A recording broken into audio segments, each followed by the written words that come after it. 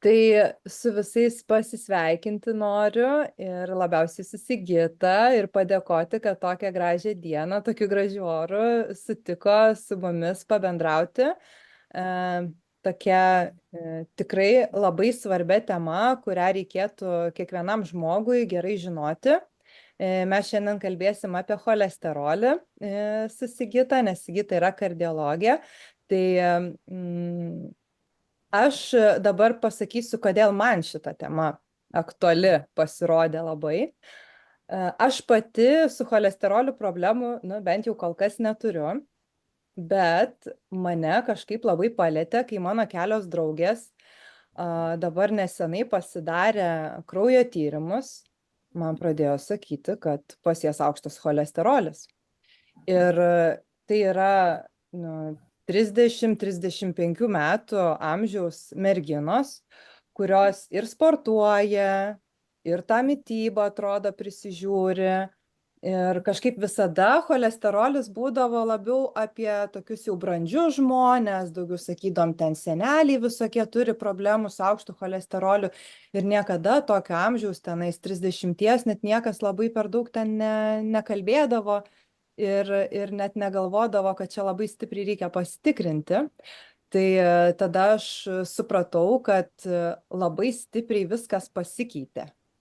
Tiesiog galbūt su tuo, kad šiuolaikiniai žmonės mes skubam, labai daug gal ir streso patiriam ir turbūt ir norėsiu tą paliesti labiausiai momentą apie stresą ir kaip jisai daro įtaką šitam rodikliui.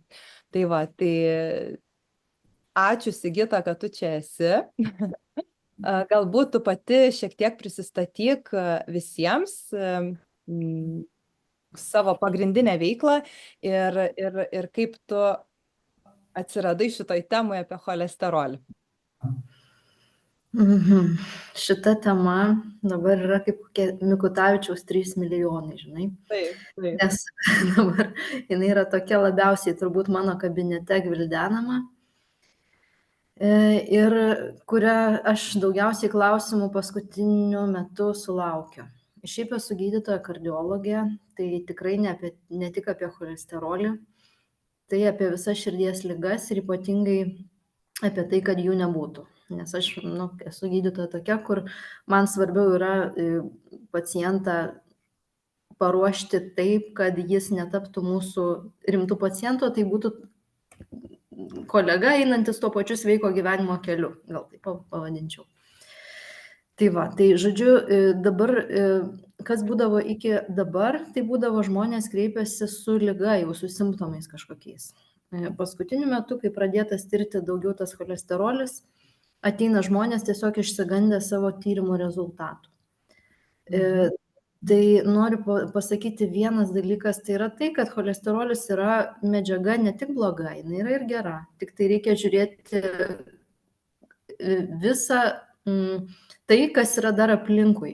Tai yra, ar yra žmogui ne tik tai skaičiukai kokie to cholesterolio, irgi reikėtų vertinti tas gerasis, blogasis, kaip vadinamas cholesteroliai, bet ir tai, ar jisai apskritai turi dar papildomų kažkokių rizikos veiksnių sirgti širdies ir kraujagyslių ligom. Tai, pavyzdžiui, yra arterinis kraujo spaudimas arba diabetas, arba šiaip padidėjęs cukrus kraujyje dar iki diabeto.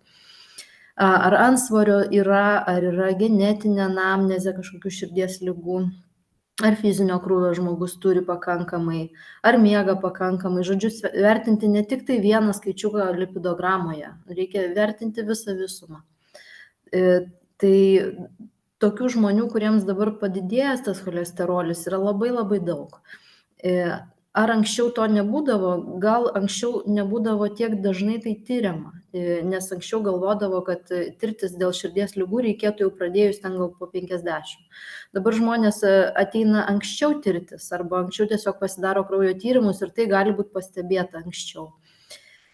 Cholesterolis faktas, jisai nejaučiamas niekaip, bet tai irgi sakau, tai kartais nerodo dar ligos, reikėtų vertinti neišsigastant, dar reikėtų žiūrėti visą visumą. Ir tai apskritai yra medžiaga, kuri yra natūrali mūsų organizmui, jinai gaminama mūsų, ypatingai didžioji dalis yra kepenyse, o šiaip gamina kiekvienas organas, jeigu to reikia. Tai jeigu, Sigita, reikėtų 5 metų vaikui paaiškinti, kas tas cholesterolis yra, tai kaip tada galima būtų taip visiškai paprastai, kad mes suprastumėm? Tai yra medžiaga, kuri didžioji dauguma jo yra gaminama mūsų pačių organizmo. Kaip yra mitas toksai, kad jeigu valgysi kažką, kas turi daug cholesterolio, va tada bus aukštas cholesterolis. Bet esmė yra ne ta. Esmė, kad su maistu tai yra pasisavinama tik 15, gal iki 20% to cholesterolio, o visa kitas yra jisai pagaminamas mūsų organizme, mūsų pačių pagal tai, kiek jo reikia. Tas pagal tai, kiek jo reikia, tai cholesterolis būtinas yra ir tam tikrų medžiagų apykaitai. Pavyzdžiui, riebaluose tirpių vitaminų apykaitos nebūtų, jeigu nebūtų cholesterolio. Tai vitaminų A, D, E, K. Jisai būtinas yra ir tulžies rūgščių gamybai, tai yra virškinti riebiam maistui. Taip pat jisai yra būtinas steroidinių hormonų, tai yra tų irgi lytinių hormonų apykaitoje, tai yra be cholesterolio, tai to nebūtų. Ir jisai būtinas yra bet kokiam pažeidimui taisyti. Tai pavyzdžiui, kaip pagrindinis tas, ko bijoma yra, kad jisai pažeistą kraujagyslę taiso ir taip užkemša. Priklauso nuo to, kurioje vietoje jis būna užkimšęs tą kraujagyslę, tai nuo to gali įvykti arba miokardo infarktas, jeigu tai yra širdies kraujagyslė maitinanti širdį, arba jeigu tai būtų galvos smegenis maitinanti kraujagyslė, gali įvykti insultas ir taip su bet kuria organizme esančia kraujagyslė. Tai, nes jų mechanizmas yra vis tiek toks pats, tik priklauso nuo vietos. Faktas, širdis ir smegenis yra gyvybiškai svarbus organai, tai va ten jų bijoma labiausiai. O kaip tu manai, kodėl dabar tiek daug jaunų žmonių, kurie, vat, kaip sakau, ir atrodo, ir sportuoja, ir tą mitybą prisižiūri, bet vis tiek jie turi padidėjusi tą cholesterolį? Ar čia yra gal kažkoksai nematomas faktorius, apie kurį mes, nepagalvojam? Vienas dalykas su mityba. Tai yra, kartais žmonės galvoja, kad cholesterolį kelia riebus maistas. Šiaip pagrindę cholesterolį kelia saldus maistas, visi angliavandeniai. Tai netgi, tarkim, kaip jeigu įvardinant, kas yra saldu, tai yra ne tik cukrus, tai yra ir medus, tai yra ir vaisiai, tai yra ir bulvės, jeigu per dideliais kiekiais, visi miltiniai patiekalai, ypatingai ten visokie kepiniai, batonai, bandelės, duonos, realiai visi angliavandeniai. Tai apie tai reikėtų pagalvoti, nes kartais atrodo prisižiūri mitybą ir valgo ryte košę su vaisiais ir medum ir tai yra gera mityba. Ne, tai nėra dėl to. Tai gali kilti nuo to cholesterolis, nes jeigu yra per daug angliavandenių. Arba, pavyzdžiui, tarkim, jeigu yra per daug, dar vienas dalykas yra, kas su maistu susiję, yra labai daug kepama ant aliejų, ypatingai rapsų, saulėgrąžų aliejai, kepdami jie sudaro tam tikras medžiagas, dėl kurių kaip dėl tokių esančių tarsi kaip pavadinti toksinų, gal ar kaip, tai pavadinčiau gal irgi paprastai. Tai nuo jų gali taip pat kilti cholesterolis kaip atsakas. Tai, pavyzdžiui, nuo kepto riebaluose arba nuo per daug saldaus maisto. O jeigu, pavyzdžiui, tarkim, toks patiekalas kaip miltiniai blyneliai su uogiene, tai ten yra, tarkim, jau labai daug sudedamųjų dalių, kas vien tik tai cholesterolio gamybai galėtų tai skatinti, vat, pavyzdžiui, jeigu iš maisto kalbant, nes tai, tarkim, yra miltinis dalykas, koks nors keptas ant aliejų jo ir, pavyzdžiui, su kokiais nors uogiene, pavyzdžiui. Taip, tai jau visiškai. Tai visiškai taip. Tai čia vat kas galėtų nuo maisto. Arba, sakau, tiesiog tie maisto produktai, kurie yra perdirbti, kurie yra nenatūralūs, kurie savyje turi tų transriebalų vadinamų, tų tokių, tai kas yra mūsų organizmui žalinga, iš maisto. Tai tą mitybą, dėl to reikėtų susižiūrėti, ar tikrai ta sveika tokia, nes kartais būna, kad ateina pas mane arba žmonės, kurie nevalgo mėsos, pavyzdžiui, sako, iš kur pas mane cholesterolis, aš mėsos nevalgau. Tai reiktų susižiūrėti, ar blynelių nevalgo, arba kokių nors bandelių. Taip, labai dažnai žmonės, kurie pradeda nevalgyti mėsos, tai pradeda valgyti daug labai miltinių produktų, maždaug garnyrą visą. Ir aš Taip. labai gerai žinau, nes kai aš nusprendžiau nevalgyti mėsos, tai iš pradžių dariau šitą klaidą ir valgydavau, nu, aš tiesiog nežinodavau, kaip tą mitybą kitaip praturtinti. Ir man pupelės visokie avinžirniai nepatikdavo, tai aš tada, žodžiu, valgydavau salotų lapus, vaisius ir visokius, vat, bulves, visokius makaronus ir panašiai. Ir tada tau trūksta tų maistinių medžiagų, tada labai norisi daug visko saldaus, labai norisi kepinių, tų greitų angliavandenių, transriebalų.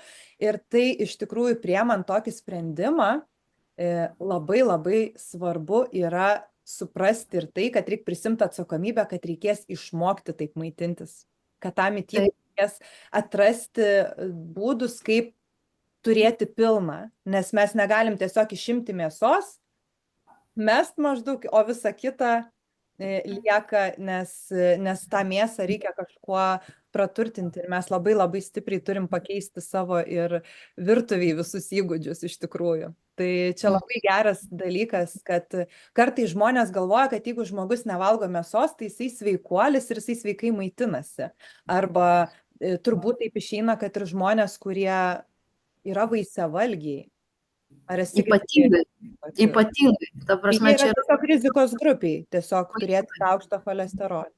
Taip, nes jie vaisiavalgiai, iš kur jie gautų baltymų? Baltymai apskritai yra statybinė medžiaga, mes esam, nu, pagrindinė mūsų visų organizmo statybinė medžiaga yra baltymai ir atsisakant mėsos ir žuvies ir visų kiaušinių, žodžiu, visų tų, kame yra gyvulinės kilmės baltymai, reikia užtikrinti tiek gyvūninės kilmės baltymų, kad užtektų, čia ne tik tai, kad medžiago apykaitai mūsų vidaus organam, bet taip po to, kai labai pradeda, gal pirmiausiai netgi pradeda atsispindėti odoje, plaukose, naguose, pradeda tiesiog trūkti tų medžiagų, pavyzdžiui. Nu, galima tai pastebėti save. Mhm. Ir pirmas dalykas, ką reikėtų užtikrinti savo dienoje, tai yra baltyminis maistas. Ir nekompensuoti to miltais, kažkokiais kepiniais, kažkokiais riebalais, dėl to, kad tai yra ne apie tai, ne iš to mes sudaryti pagrindę. O tu minėjai, kad cholesterolis nebūtinai yra blogas. Tai mes ir žinom tuos terminus, kaip sako, geras cholesterolis, blogas cholesterolis. Ir dažniausiai, kai daromės tyrimą, tai būna bendras cholesterolis. Tai kaip čia dabar yra? Tai jeigu bendras cholesterolis pas žmogų aukštas, tai turbūt nebūtinai jisai bendrai yra blogas. Ar aš taip suprantu? Taip, vienas dalykas tai yra, kas daroma lipidograma ir dažniausiai ten būna išskirstyti tokie rodikliai, kaip blogasis tas cholesterolis vadinamas, tai mažo tankio lipoproteinai, MTL, būna trigliceridai atskiras toksai skaičiukas, jis jau tarsi kaip ir pats blogiausias tas cholesterolio, ta frakcija. Yra gerasis cholesterolis, yra DTL, didelio tankio cholesterolis, tai jie va taip vadinami, kad bendras ir tada jau visos tos frakcijos. Bet jeigu vertinant, tarkim, tik tai labai paprastai ir vertinant tik tai tą lipidogramą iš to, kas yra tuose keliuose skaičiuose, irgi būna labai daug netikslumų iš tikrųjų, todėl kad yra tam tikri šiuo metu vis toliau, kuo toliau, tuo dažniau daromi tokie yra apolipoproteinai A ir B, ir genetinį faktorių nulemiantis vienas skaičiukas, tai mes labiau vertinti turėtume va šituos, tai rodo jų blogumą, realiai to blogojo cholesterolio blogumą ir dar ar jis nėra genetiškai lemtas. Tai va, ne tik tai tuos skaičius, būna, tarkim, kas paskutiniu metu man labai dažnai pasitaiko, kad žmonės po to ypatingai įrašo, kuris buvo su tokiu tikrai labai daug pasisekimo gavęs, pradėjo man žmonės siųsti savo cholesterolio tyrimus tiesiog į Messengerį ir klausti, ar man reikia vaistų. Bet ką aš labai ir noriu akcentuoti, kad mes nevertinam tik tai tos lipidogramos, kurią padaro paprastoj poliklinikoje, pavyzdžiui, iš kelių skaičiukų. Nes jeigu tas cholesterolis yra jau padidėjęs ir jeigu jūs daktaro klausat, kad ar man reikia statinų, tai jis atsižvelgęs į tą vieną rodiklį, jis sakys, taip, jums reikia statinų, nes šitas cholesterolio skaičius yra padidėjęs. Bet sakau, jeigu taip jau vertinant, norint vertinti daugiau, plačiau ir apskritai visą žmogų, dėl ko jisai kyla, ar reikia jam tų vaistų, tai vienas dalykas yra tam tikri išplėstiniai tyrimai, kaip sakau, tokie ApoA, ApoB ir LPA mažiukas. Jeigu taip kažkas norės užsirašyti, pasidaryti. Taip pat mes būtinai turim ištirti skydliaukės fermentus, nes kartais su skydliaukės veikla cholesterolis kyla, jeigu yra sutrikimai. Taip pat reikėtų žiūrėti, ar nėra trūkumo kažkokio, pavyzdžiui, vitamino D trūkumo, arba hemoglobino, feritino, ar nėra kažkokių tai pakitimų. Ir apskritai tirti visą tą žmogaus realiai bendrą būklę, dėl ko gali tas cholesterolis kilti. Toliau yra tokie uždegiminiai faktoriai, kaip didelio jautrumo C arba čia jeigu jau kas norėtų pasidaryti, gal kažkas pasidarys tiesiog tos tyrimus, kad žinotų, ką pasidaryti. Atėjo katinas pas mane. Taip, tikrai gal net galima bus kažkaip užrašyti tuos, galima, tikrai labai aktuali informacija. Taip. Nes sakau, tiesiog vertinti tą vieną cholesterolio, tą lapelį, kur parašytas bendras cholesterolis, MTL, DTL ir trigliceridai, žinokit, tas pats, kas labai, žinot, kaip sakyta, abstrakčiai kažkaip labai. Tai va, ir visą laiką mes vertinam riziką. Ar žmogus yra, kokio jis yra amžiaus tas žmogus, priklauso nuo to dar, ar yra jaunesnio ar vyresnio amžiaus žmogus, ar jo šeimoje yra buvę kokiu nors ankstyvos mirties, pavyzdžiui, atveju nuo miokardo infarkto arba insulto. Tas labai svarbus dalykas genetiškai. Kitas labai dalykas svarbus, ar žmogus, kaip jisai gyvena apskritai, ar jisai rūko, ar jisai pakankamai miega, ar jisai, pavyzdžiui, nevartoja alkoholio, ar ne per daug kavos. Ar kažkokie, ar tas maistas yra ne per daug angliavandenių ir ne per daug riebaluose kepto, pavyzdžiui, maisto. Ir nuo to labai daug kas priklauso, nes didžiąja dalimi sveikata žmogaus priklauso nuo jo gyvenimo būdo. Tai yra ne tik tai nuo aplinkos ar nuo genetikos ar nuo kažko, tai tie skaičiukai irgi keičiasi. Tai, žodžiu, nereikėtų, kaip pasakyti, iš vieno tyrimo, kad ar man reikia vaistų ar nereikia.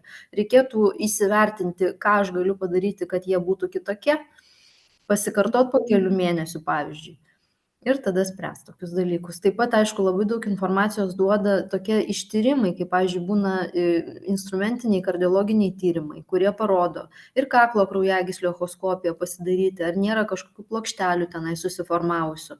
Ir širdies kraujagyslių mes turim visą galybę tyrimų ištirti. Tai va, tai jeigu, pavyzdžiui, jaunas žmogus gal yra vienokia situacija, gal jam mažiau tų tyrimų reikėtų. Jeigu vyresnio žmogaus atveju, visada labai rekomenduočiau išsitirti pilnai. Tai va, o kad jeigu nori privesti prie to, kad stresas kelia, stresas labai kelia cholesterolį. Taip pat cholesterolis apskritai kyla nuo to, kad yra kažkokia padidėjęs poreikis tam cholesteroliui.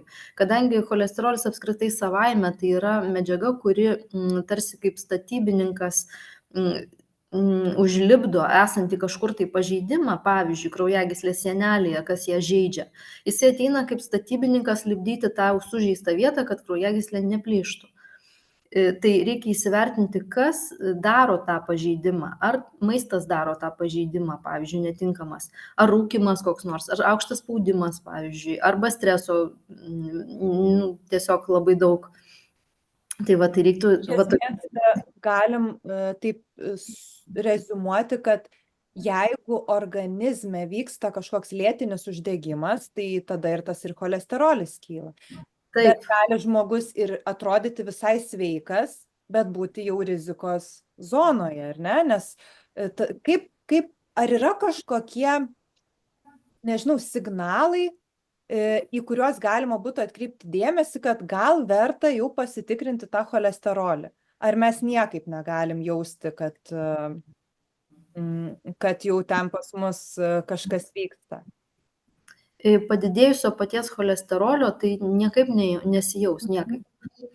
Jisai, nebent jau, kai jisai jau padaro savo tą jau darbą, tarkim, kai užsikemša kažkuri kraujagyslė, tai tie simptomai kardiologiniai yra tuo ypatingi, tuo įspūdingi, kad kartais pirmas simptomas yra staigi mirtis, pavyzdžiui. Tai sakyčiau, kad geriau yra pasidaryti profilaktiškai tokius tyrimus, tiesiog profilaktiškai save pasekti. Ir visą laiką tą geriausiai jau turbūt šiais laikais tai pasidaryti nuo 30 metų. kad, nes, kaip sakau, tiesiog tai nesijaučia, gali ilgus metus nesijausti nieko. Nieko. Išvis, kol tai nepasidaro tos pasiekmės labai rimtos. Bet irgi dėl to pergyventi, kad sakau, kad pakilo cholesterolis viename tyrime, ar kad tai nereikėtų, tiesiog reikia susigaudyti, dėl ko jis tuo metu pakilo. Pavyzdžiui, būna po, tarkim, labai intensyvių balių, būna, labai pakyla cholesterolis, nors šiaip skaitoma, kad jisai kyla 3 mėnesiai, 3 mėnesių rodo tas tyrimas. Bet būna, kad pakilimas, tarkim, po gausaus užvalgymo, dar su kokiu nors alkoholiu, jeigu derinant riebaus maisto, būna, kad pakyla, pavyzdžiui, staigiai. Arba būna, kad pamečiau mintį dabar, ką norėjau pasakyti. Tu kalbėjai apie balius, kad labai staigiai užkyla. Mes kalbėjom apie tai, ar yra kažkokie požymiai.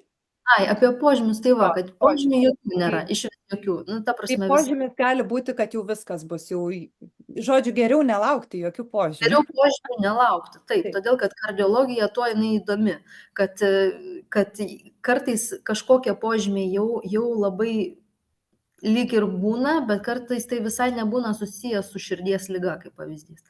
O kartais jau netgi tokie jau kaip labai rimti pažeidimai, sakau, jaučiasi tik tai tada, kai jau jie tampa praktiškai net nebe vaistais gydomi. Tai va, tai geriau to nelaukti, geriau pasidaryti profilaktiškai tyrimus ir būti ramiam.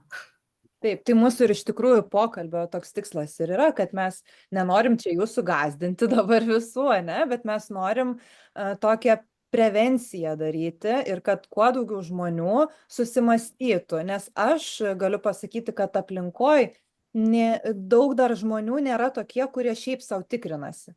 Žmonės yra linkę tikrintis tada, kai jau kažkas darosi negerai. Ir kažkaip galbūt mums atrodo nevertinga susimokėti neva daug pinigų, kad čia išsitirti ir pamatyti, kad tie tyrimai geri. Bet iš tikrųjų, man atrodo, kad geriau tirtis ir matyti, kad tie tyrimai, kad ir gydytojas turėtų iš ko sekti istoriją.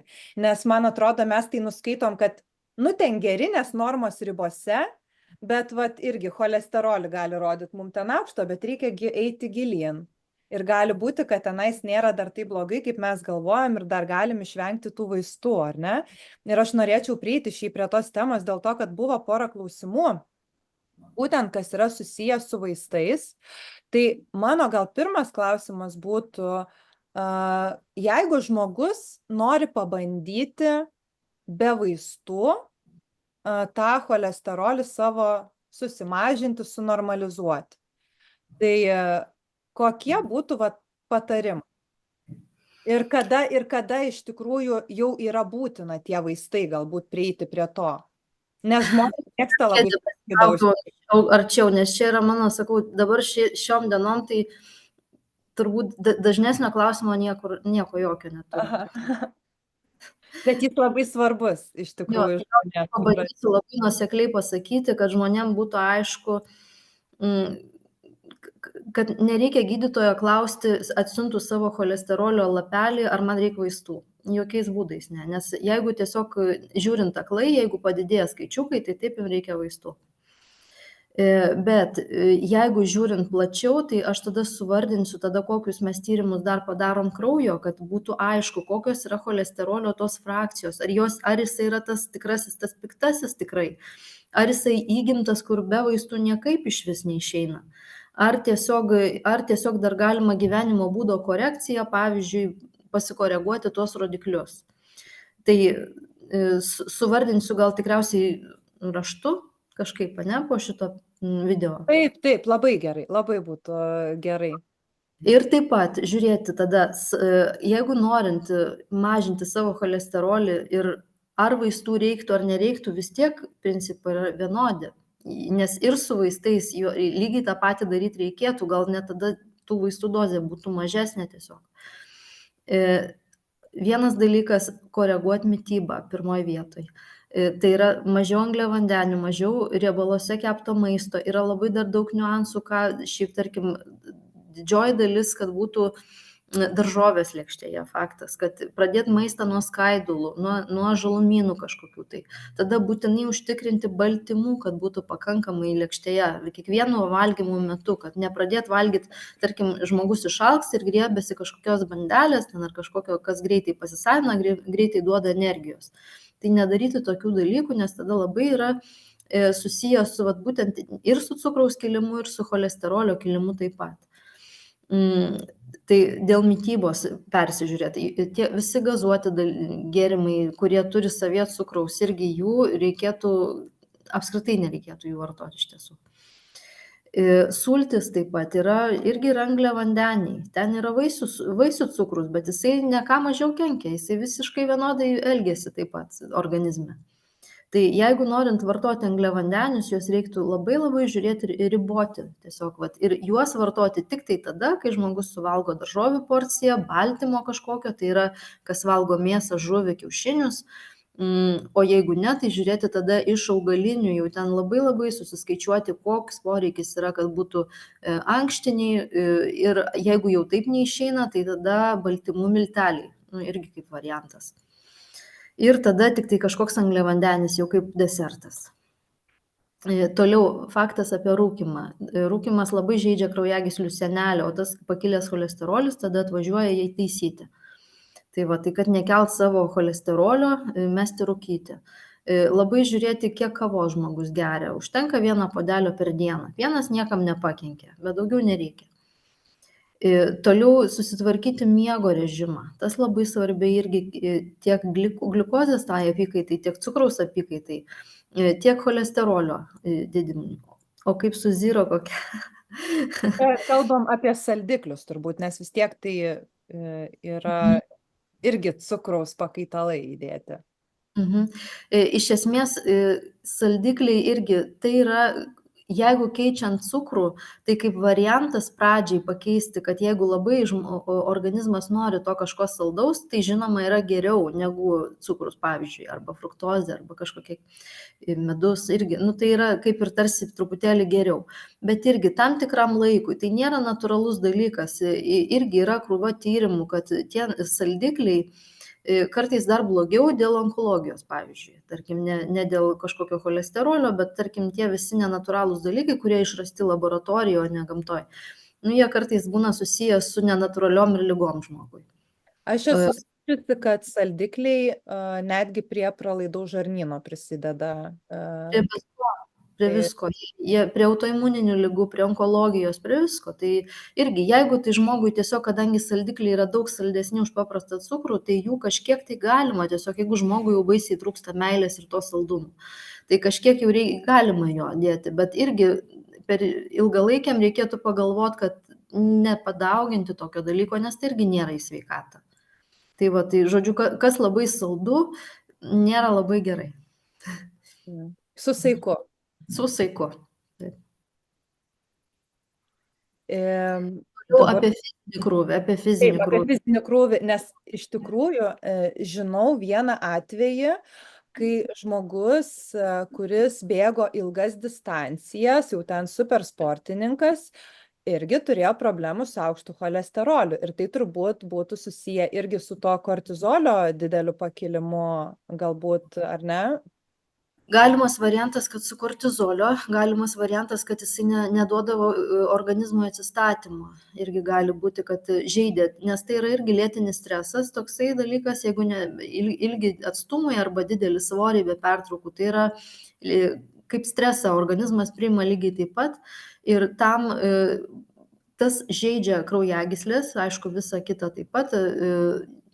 Žodžiu, visas organizmas kaip nuo pažeidimo kenčia. Ir tas cholesterolis kaip atsakas gali būti, kad tarsi kaip tvarkyti tą pažeidimą ir kaip ne tik tai per kortizolio tą prizmę einant. Tai žodžiu, kas persisportuojant irgi nėra gerai, bet čia kalba eina tik tai apie atletus tokius, kurie tikrai be poilsio jau sportuoja. O šiaip fizinis krūvis yra privalomas kiekvienai dienai. Ir kai žmonės kartais paklausia, ką sportuot, tai sportas šiaip turėtų būti derinamas. Kartais turėtų būti su svoriais, kartais turėtų būti tempimai, kartais turėtų būti kardio pratimai. tiesiog derinti, kad ir raumenys gautų masiai šiek tiek palaikyti masę, nes kai mūsų raumeninis audinys apskritai yra pats pagrindinis dalykas tiek gliukozės apykaitai, tiek tam ilgaamžiškumui visam, kuris dabar labai yra ant bangos. Šiaip pagrindinis dalykas ne kažkokie papildai, tai yra raumeninis mūsų audinys. Tai va, tai palaikant tokį dalyką. O taip pat, aišku, žinoma, ir tempimas, visi tokie dalykai, kurie palaiko raiščius sąnarius, mus plastiškus, ne tik tai, kad kietus, raumeningus. Ir ką? Turi būti funkcionalus, ar ne? Jeigu turi raumuo, jisai negali tik atrodyti, jisai turi atlikti ir funkciją. Tai visur pusiausvyros reikia. Taip, kaip ir tarkim, norint sumažinti svorį, tai netgi irgi reikėtų pagalvoti, ar tas svoris nekrenta raumenų sąskaita, pavyzdžiui, o ar riebalų.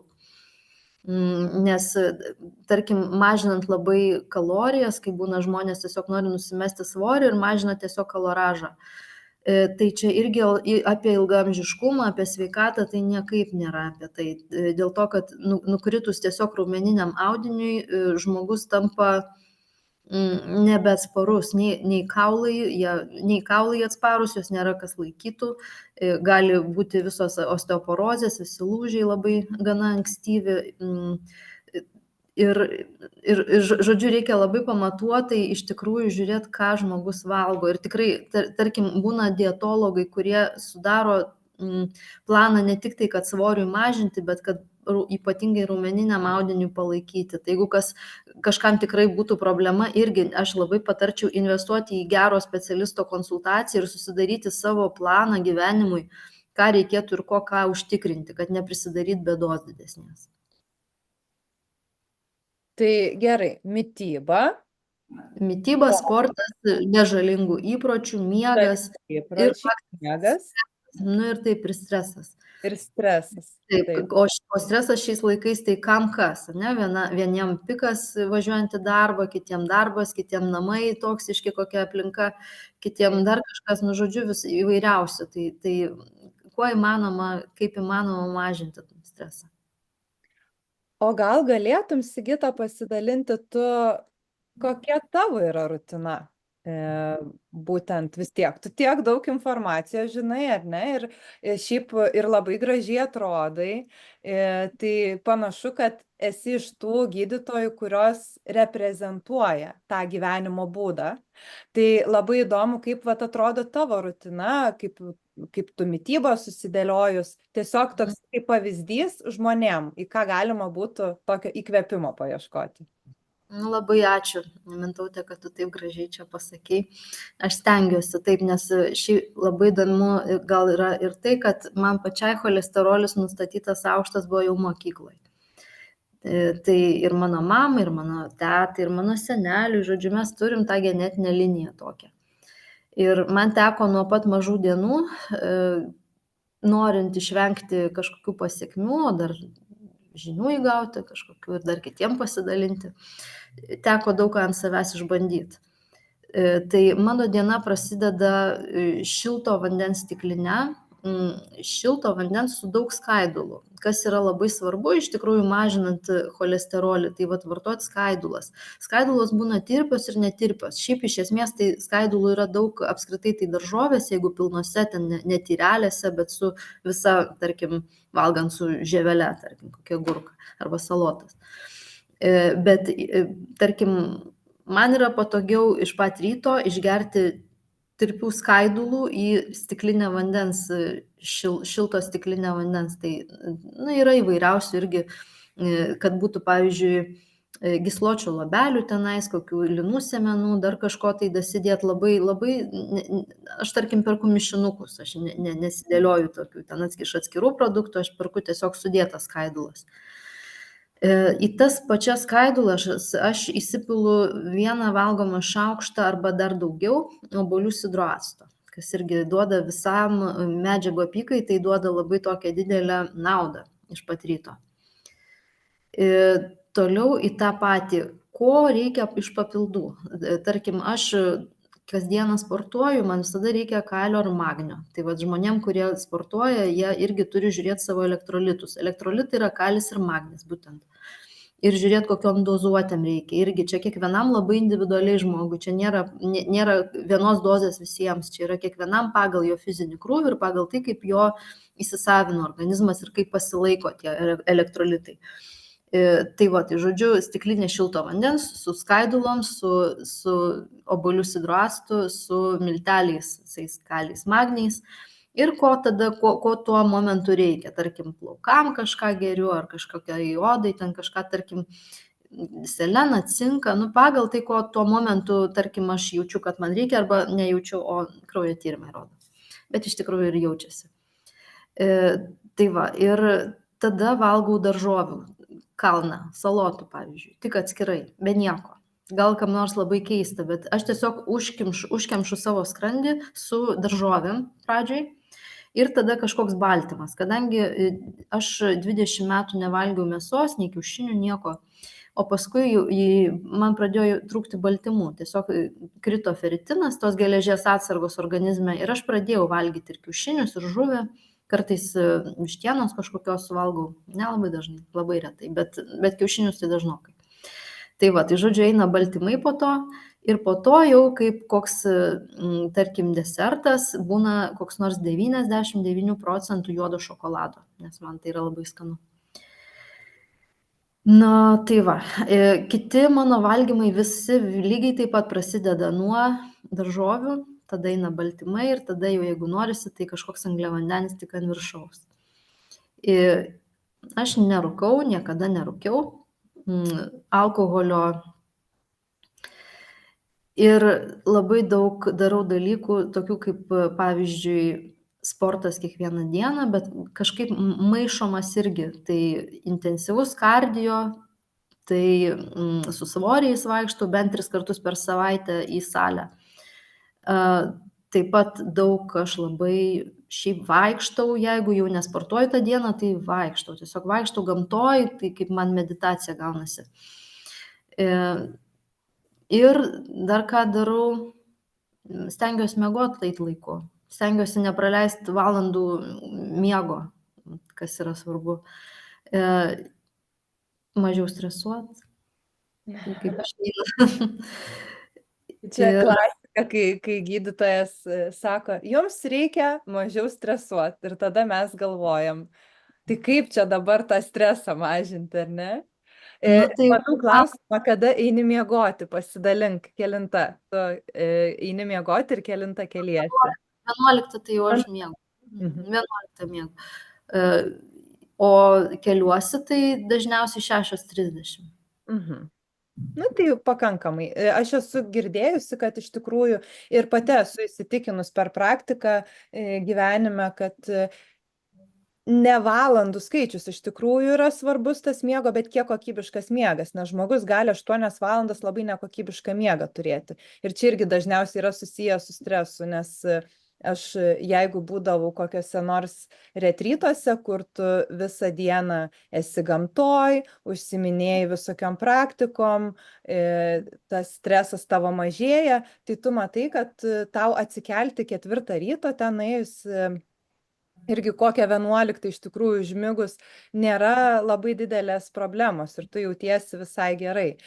Tik tais būna kartais žmonės miega ir po 12 valandų ir kažkaip neišsimiega, nes irgi turbūt tai parodo, kad organizmas jau tiek yra nualintas ir tiek pervargus ta nervų sistema, kad net ir per tą vieną tokį 12 valandų pamiegojimą, kur vieną kartą savaitį sau leidi, tai niekas neįvyksta. Tai turbūt sutiktum, kad režimas yra labai svarbu, tas miego, valgymo, judėjimo.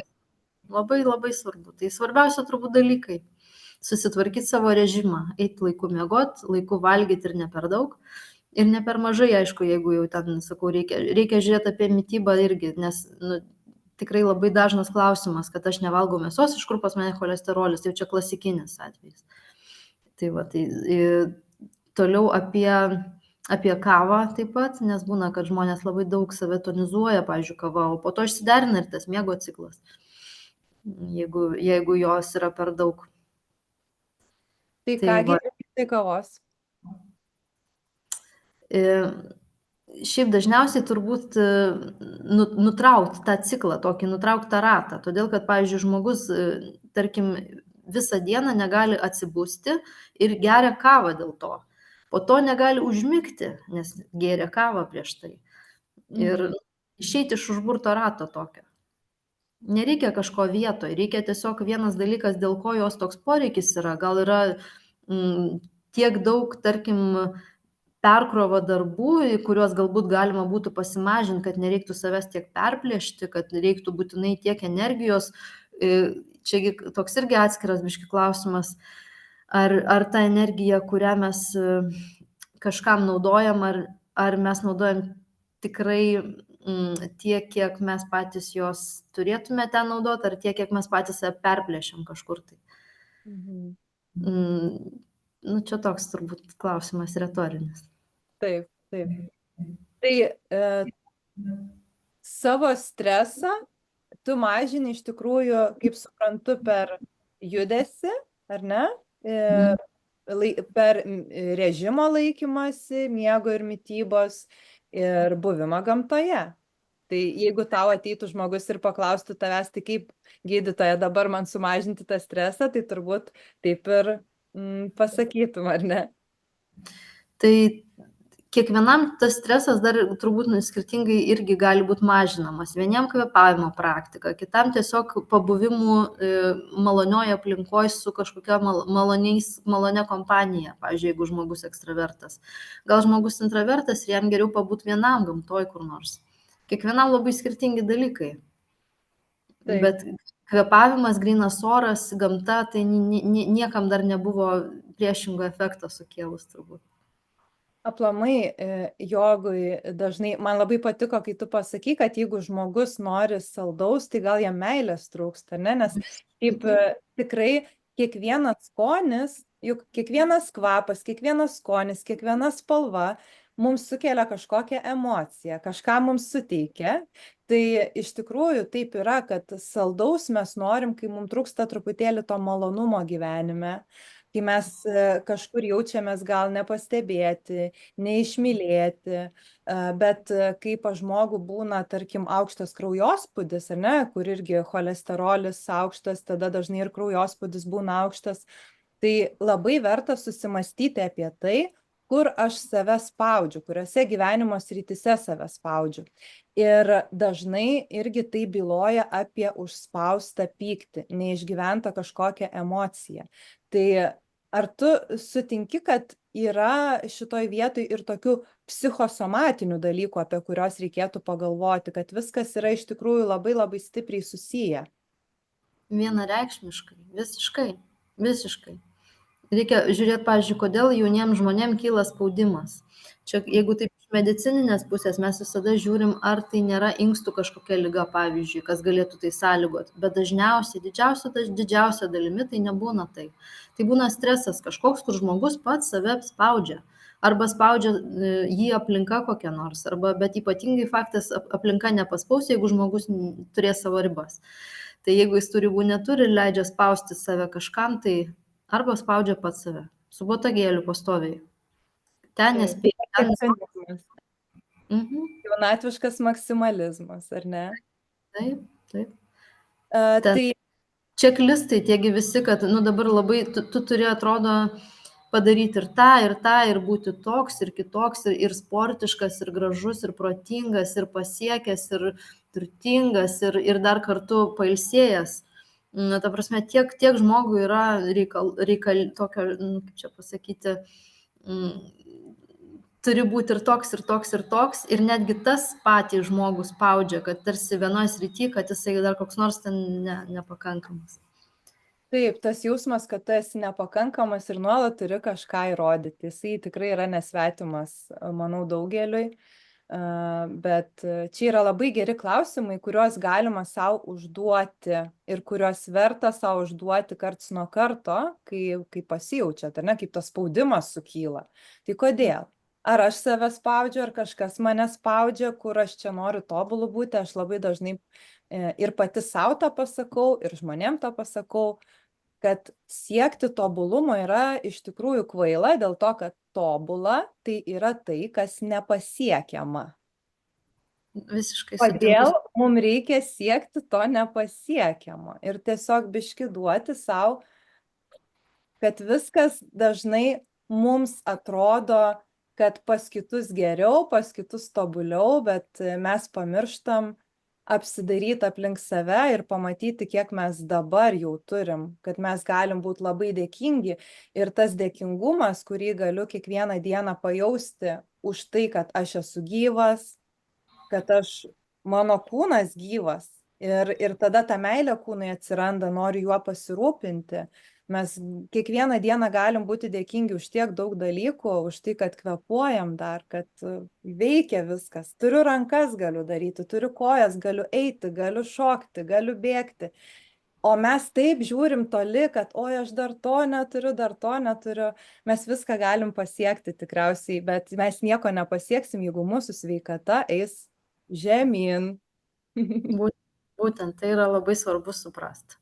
Ir žmonės kuo toliau, turbūt tuo labiau gal netgi tai ir ateina. Bent jau pas mane pacientai ateina tokie, kurie nori pokyčio ir sako, aš jau save spaudžiau, dabar jau supratau, kad netame laimė. Tai va ir labai džiaugiuosi tokiais žmonėm, kurie supranta tai. Taip. Dar aš norėčiau apžvelgti kelis klausimus, kuriuos žmonės parašė prieš šitą paskaitą. Tai buvo klausimas apie berberiną. Čia, kaip suprantu, kažkoksai vaistas yra. Ar galima gerti, jei aukštas cholesterolis ir kokių šalutinių poveikių jis turi? Berberinas yra maisto papildas, jisai nėra vaistas, jisai papildas, jisai raugerškio tų uogų pagrindų. Tai čia, kaip čia irgi pasakyti, labiau galbūt tai yra farmacijos, gal sakyčiau, bandymas sukurti kažkokį tai efektą, kad žmogus tikėtų gal tuo. Man labai, nemėgstu iš tikrųjų nieko sakyti ant kažko, bet tai nėra panacėja, jokiais būdais ne. Jeigu, pavyzdžiui, žmogus nesusitvarko savo mitybos ir tiesiog geria berberiną, nuo to nieko nepasikeis, nieko. Nes tai nėra vaistas, tai yra maisto papildas, raugerškio uogų pagrindu.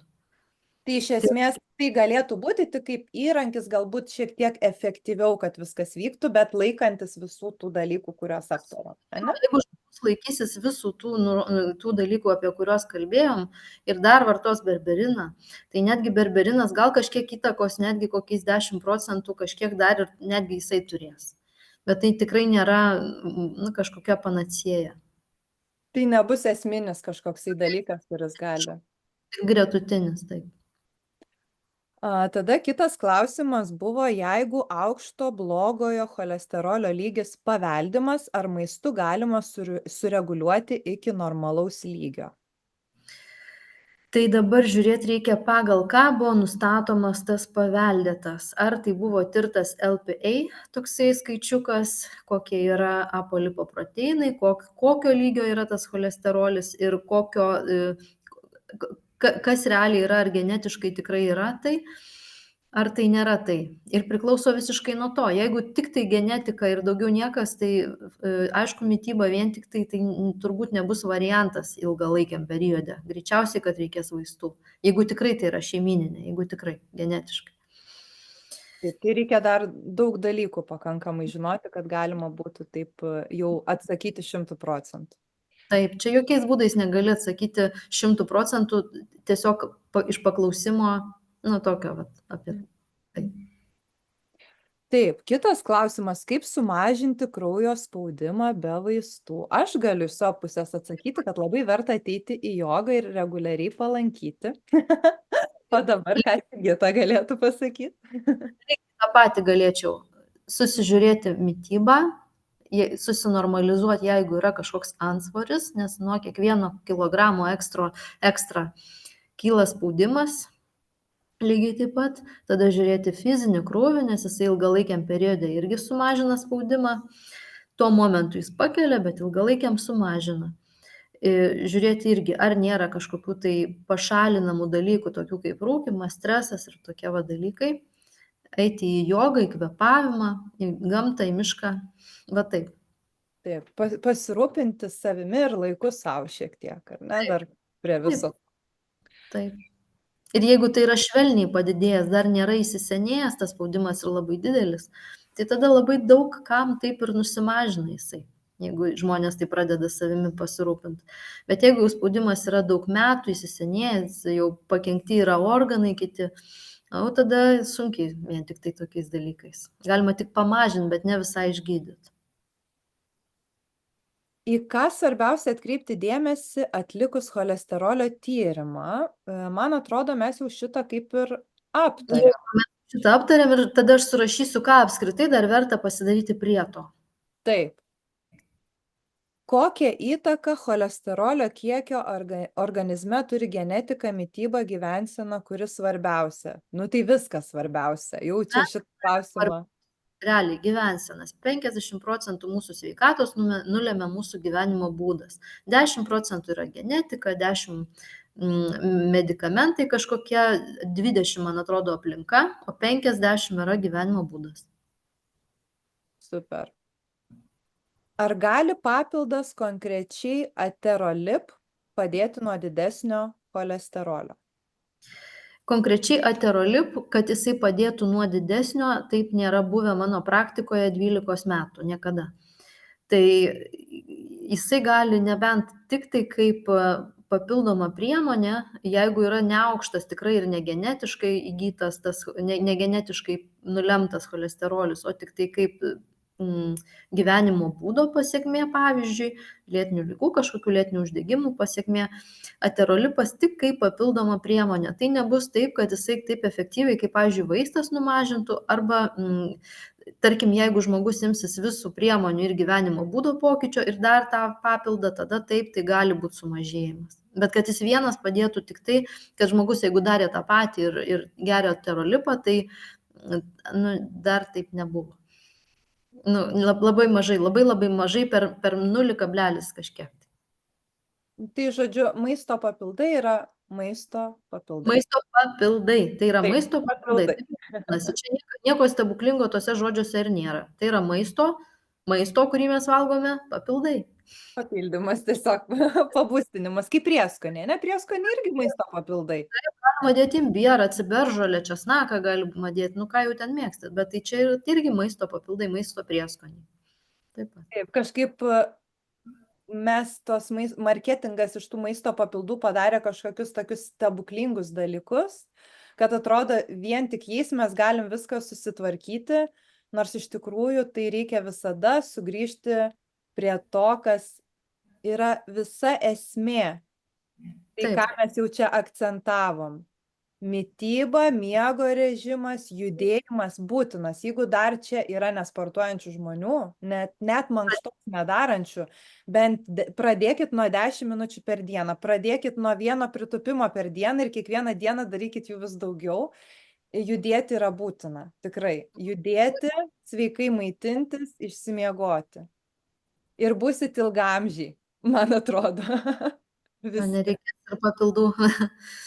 Taip. Tai Sigita, pabaigai, jeigu ką mes galėtumėm padaryti jau šiandien, dabar, po šitos mūsų paskaitėlės tokio pokalbio, jeigu norim pasirūpinti savo širdies prevenciją. Tai pirmiausiai išeiti į lauką ir pasivaikščiot gamtoj šiandien. Tada bevaikštant sugalvoti, ką rytoj sveikai valgysim ir kur rytoj ir kaip judėsim. Tada paskambinti ir savo artimiesiam pasakyti, kokie jie yra brangus ir kokie mes dėkingi, kad juos turim. Dar kitas dalykas, susiplanuoti kokį nors malonų Velykų, ko galima bus laukti ir kas irgi didins laimės hormonus ir mažins streso hormonus. Šiandien ką galima padaryti. Super, labai gražus atsakymas ir galim visus nuraminti, kad per Velykas galit suvalgyti tų kiaušinių ir nepakils tas cholesterolis, ar ne? Tai per Velykas galima suvalgyti ir toliau jau nuo Velykų žiūrėti. O kaip kaip yra iš tikrųjų, dažnai būna labai tokių skirtingų nuomonių, kiek čia tų kiaušinių galima per savaitę suvalgyti. Ar jau taip tikrai reikėtų juos skaičiuoti, kiek suvalgom, ar galim taip atlaidžiau žiūrėti? Kaip tu patartum šitoj vietoj? Nes kiaušiniai ir cholesterolis, tai čia vat grinai, pasako žodį cholesterolis ir man iš karto kiaušinis akyse, nes yra tiek daug tų tokių, tai ar čia mitas, ar čia teisybė, taip jau. Tai vienas dalykas, kaip ir minėjau, ne, kad mes iš maisto pasisaviname apie 15% to cholesterolio. Apie 15. Visa Taip. kita iki 20, visa kita yra pagaminama. Tai faktas, jeigu dienoje bus vien tik tai kiaušiniai, tai kaip ir kiekvienas nesubalansuotas maistas, jis yra nesubalansuotas. Tai nereikia valgyti vienos rūšies maisto visada. Kiekvieną dieną ir daug, nes tai niekada nebus pilnavertė mityba. Šiaip kiaušinis pats iš savęs jis turi labai daug ir naudingų medžiagų. Tai va, tai reikia pasvarstyti, kad faktas tai neturėtų būti keli kiaušiniai su visais triniais per dieną, kiekvieną dieną, bet kartais tai visai yra labai sveikas maistas.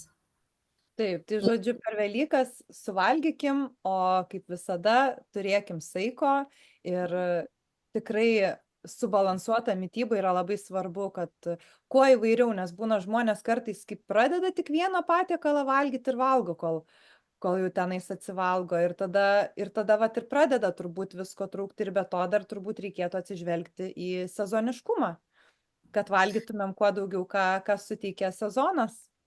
Taip, taip, tai čia kaip ir kiekvieno patiekalo, tai negali valgyti visą gyvenimą vieną kažką, ne, nu, taip nebūna. Taip.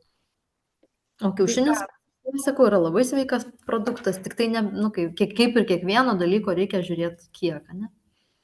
Taip, tai labai labai noriu tau, Sigita, padėkoti. Buvo labai įdomu, nes man iš tikrųjų dar ta cholesterolio problema atrodo, kad, nu, nėra jos, bet iš pokalbio supratau, kad tai nereiškia, kad jos negali būti ir kad tiesiog reikia laikytis sveikos gyvensenos, sveiko režimo ir karts nuo karto pasitikrinti, ką irgi visiems labai linkiu padaryti, ypač kai ateina pavasaris, reikėtų tikrai pasižiūrėti, nepradėti gerti vitaminų patiems savo išsirašinėti, ar ne, o geriau pasitikrinti, pasikonsultuoti su specialistais ir labai lauksim iš Sigitos tų tyrimų, tokio kaip čia pavadinti, špargalkės turbūt, ar ne, kurias su visais pasidalinsim. Ir labai labai tau ačiū, Sigita, linkiu tau gražių Velykų, pavasario atgimimo ir tikiuosi, kad kitą kartą mes jau pasimatysim gyvai. Ir aš. Palinkėjimą mums turiu. Ačiū tau labai. Ir ačiū visiems, kurie prisijungėt. Ačiū, irgi gražių švenčių.